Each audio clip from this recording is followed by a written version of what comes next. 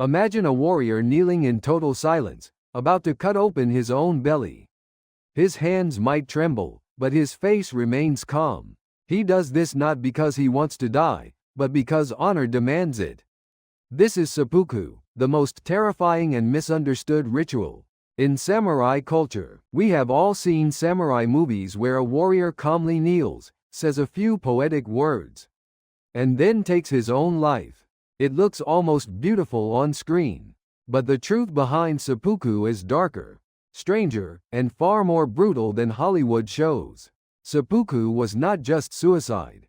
It was a calculated public performance of loyalty, shame, and power.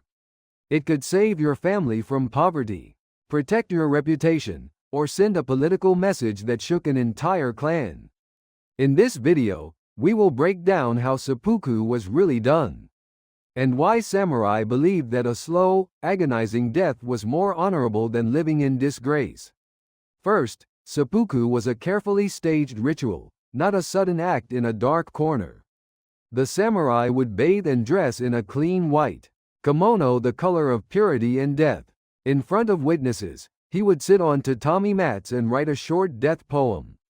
This was his final chance to show the world his calm, control, and elegance.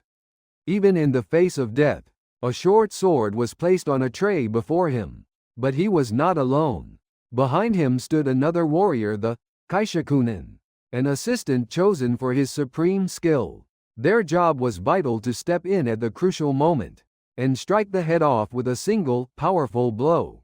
This ended the suffering instantly, ensuring the ritual did not turn into a humiliating, messy struggle.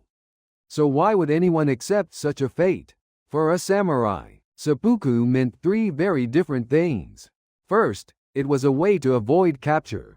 Being paraded like a trophy by the enemy was the ultimate shame. Dying by your own hand was a final victory. Second, it was a form of taking responsibility. If a samurai failed in his duty or lost a castle, seppuku was the ultimate apology to restore his family's name. Third, it could be a weapon of protest. Some samurai used the act to send a message to their superiors. You have gone too far.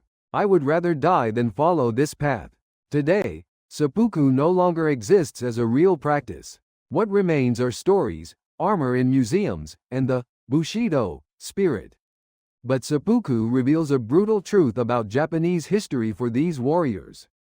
Social death, shame, and dishonor was far worse than physical death. They would rather risk the blade than live as cowards. From a modern point of view, suicide is a tragedy, not a symbol of glory. But by looking at seppuku honestly, without romance, we can better understand the extreme lengths human beings will go for reputation and loyalty. If you want to dive deeper into the darker side of samurai history, subscribe to the channel. And let's explore the secrets behind the armor together.